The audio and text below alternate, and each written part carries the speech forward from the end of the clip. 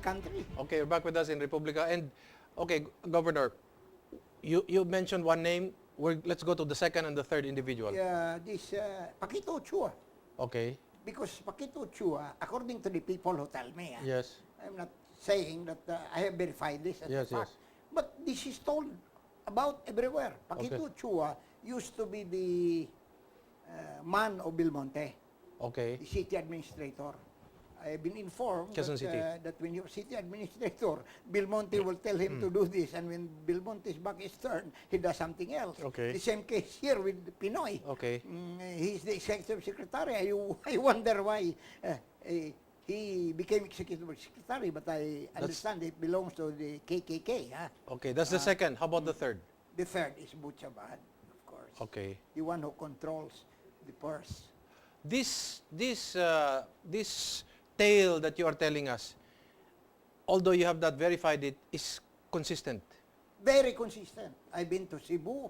I've been to Iba Zambales. I've been to Mindanao lately. And the same thing I hear over and over again. That's why I want to validate. And it is a cross-section. It's a cross-section of people. Okay. For a while there, I got worried when you said there are three personalities running the government, because I was thinking three personalities in one individual. That got me worried. That got me worried too for the first time. But they are three different individuals. Okay. And they have nothing to do with the Holy Trinity. Okay. Because they'll have to do battle with me. I'm a rabid Roman Catholic. Okay. Now, for President Pinoy, what would be the culpable violation? Well, to begin with, he knows that it's in violation of the Constitution. He knew that from the very beginning. We have to assume, according to him, regularity in the use of official functions. So we presume that he knows this. Okay. Because that's regular. If he knows this, he violated the Constitution. Okay. And therefore, he's subject to impeachment under Section 3 of Article 11 of the Constitution. Does it matter that he willingly violated it? He knew that he was going to violate the Constitution, or that it's fine that he did not know he was violating? It makes no difference. On two major principles. Okay. First, this is malum prohibitum. Second, ignorantia lihi excusat. No? Okay. He's not excused for his ignorance of the law. Okay. So, let's go down. For example, Justice Antonio Carpio observed this regarding the disbursement acceleration program, that this made Congress, number one, and I'm quoting, inutil and a surplusage. It usurped power of the purse to fund items not in the GAA under DAP. Is that a valid observation? That's correct, because violation of the GAA is a violation of the law. Okay. General Appropriations Act. Okay. You violate that, you violate the law. Uh-huh. So he intentionally violated it. Whether he intentionally did it or not, it's an illegal act. It's a violation. Another justice, Justice Brion, in a 62-page opinion, says, the liabilities arising from grave, he uses the word grave, constitutional violations are properly determined. What do you think are these grave constitutional violations that he's talking about? Well, the grave constitutional violations probably are, one is the misuse of funds in violation of the law. No? Okay. Violating the General Appropriation Act. Okay. The second, possible technical malversation. Okay. Third, bribery. Okay. And bribery is specifically mentioned in the Constitution. And then violation of the anti-graft law, violation of the Code of Conduct and Ethical Standards. You can throw the kitchen sink at them, and I was wondering whether they have any able defense. You know, Governor, for the ordinary layman, they can probably relate to the concept of a Robin Hood. You know, you steal from the rich, you give to the poor, because out of good intention. But for example, like a lawyer, with certain technical terms, certain legal definitions, there is established jurisprudence. When you create the disbursement acceleration program, which is separate from GAA, your training, your education, you know, you're a lawyer, like Secretary Butchabad, 12 years representative, chairman of the Appropriations Committee, now DBM chairman.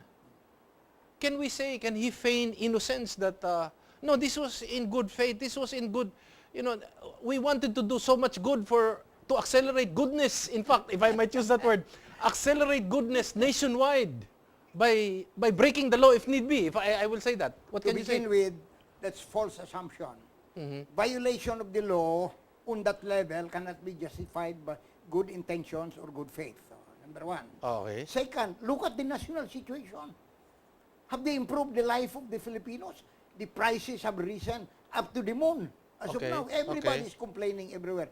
Even the tricycle drivers are being taxed. Okay. Taxed heavily. Now, how can they say that they have improved the life of the country with the DAP? They have not. Now, Of course, this- they're citing, there is a, if I'm not mistaken, a World Bank statement that says, the I think GNP or GDP went up because of the DAP. But according to these very same individuals, they say they did not refer specifically to DAP, but to infra spending. So this could be two different animals. No, but even if they were the same animal, the main problem is we cannot always rely upon World Bank and IMF because their perception of the country is different from us. And second, GDP, okay. GNP, Yes. statistical figures. Yeah. It's easy to manufacture statistical Okay. figures.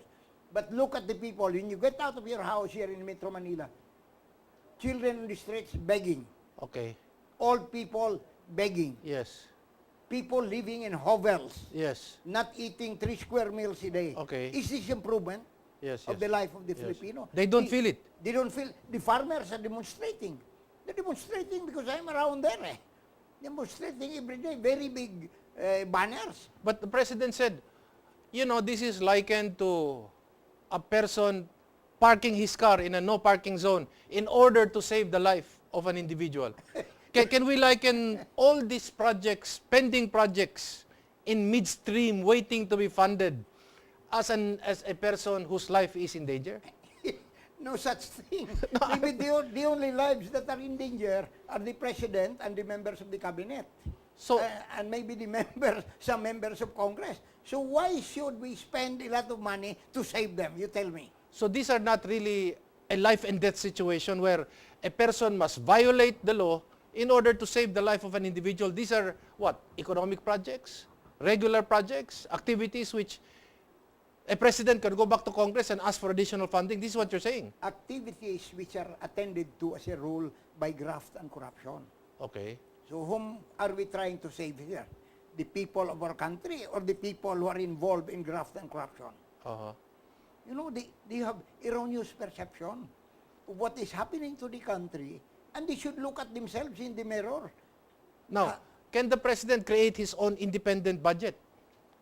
Free cannot. free from He cannot do because this that. is what technically is DAP all about. The president created his own budget. He cannot do that. He carved his own budget. He cannot do that It's because only Congress. the one who controls the purse is Congress. The power of the purse is with Congress. The power of the purse is not in Congress. The president cannot legislate by himself Exactly. his own budget. Okay. The Supreme Court also cannot legislate by itself its own budget. It's only Congress that can do that under the provisions of the Constitution. Now, Governor, would it be correct that in this power of the purse, Congress is able to fund certain projects? But what is not being mentioned in this debate is Congress can fund certain projects, but it also has the power to defund certain projects. Of course. Precisely to give an individual a 380-degree view or 360-degree view that the power of the purse is not only funding but defunding the executive department. Correct. It's exclusively in the hands of the Congress, the control of the purse. No? Okay. The other control, the control of the curse in this country, it's the same rhyme. Yeah. It has the same sound. The control of the curse is with the executive department. Okay. That's what's happening now. So this is what is now called as the check and balance. You can fund a good project, and if you disagree with, as part of your oversight, with a certain project or program of the president, you can even defund a certain office. Of course.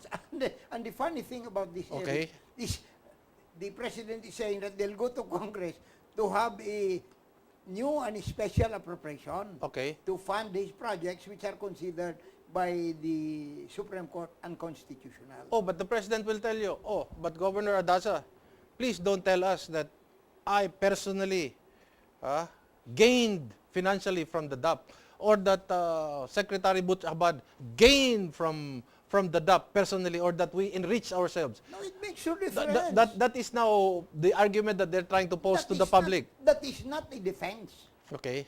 You mean to say, I'll violate the law and say that I did not profit from it? And I will be exempted from penalties? That cannot exempt them from penalties because they have committed a crime. Okay. Whether they made money or not, that's the crime irregardless. has been committed. That's not an element for that's like determination. jaywalking. You cross the line, That's whether you did it in good faith or not, makes no difference. makes no difference. You will be penalized. You will be penalized. The only way you cannot be penalized, however, is if the fine is 1,000, you talk to the guy arresting you and, give And him you pay something 500, else. And give him 500. Both of you are guilty of bribery. But is that what you cannot get directly from your witness? You're trying to get indirectly. Yeah, By correct. are you stating that this is what the government did? That they bribed the senators, or that the DAP was the goodies of the DAP was spread around to the COA? That's why it did not do its job. To all indications, To all indications, the normal okay. conclusion of anyone who is presented with the facts will arrive at that conclusion, which Okay. is basically normal now. It is a normal, sane conclusion. Yes, whether the normal obtains in the country today, because many things are done abnormally. Okay. Maybe their normal is the abnormal. It is the new normal. It's the new normal. Okay. So, That's our problem. So, the people should look for solutions to our problems. The main problem in this country is our problems are simple, but we are looking for complex solutions. One of the solutions that's been offered, I'm not objecting to it, but Yes. it's too complex. yes. Like, what they should do is signature campaign. Okay. All over the country. Signature campaign takes time. Okay. The simple solution are stated in the Constitution. Very simple. Section 1, the Philippines is a democratic and republican state. Sovereignty resides in the people, and all government authority emanates from them. Yes. Any lawyer or sane graduate of political science will know that presidents, members of the cabinet, senators, congressmen, justices of the Supreme Court are just agents of the people. Correct. The principal is the people, and Okay. the people can dismiss them The under the Constitution. The problem is now when your government or your representatives have become a Frankenstein. Precisely. You should be able to control the Frankenstein because the people is bigger than the Frankenstein. You know, our people have had the same experience in the past. They have demolished the Frankenstein. No? Governor, in this national broadcast, was the president trying to cater to the emotional side of the Filipinos by saying, okay, sure, we committed such acts, but it did a lot of good, and we are not corrupt. It doesn't work. We're saying we're not corrupt. That's the most important issue for him, because that's the line in the sand that separates him from the people incarcerated. We're not corrupt. Oh, they are not corrupt. Yeah. Oh, when you are surrounded by corrupt men, what does that make you? Birds of a feather flock together. Don't tell me that the president does not know that he is surrounded by crooks. Because to say that would be to assume that he is stupid. Okay. And I'm not assuming that the president is stupid. According to some of them, he is bright. He's bright. But if he's bright... Bright why in is what he- sense? I don't know how bright he is. What kind of brightness are we talking about? Bright in the sense probably that he can make the people appear guilty and he innocent. Okay. In that sense. No, but he is like the king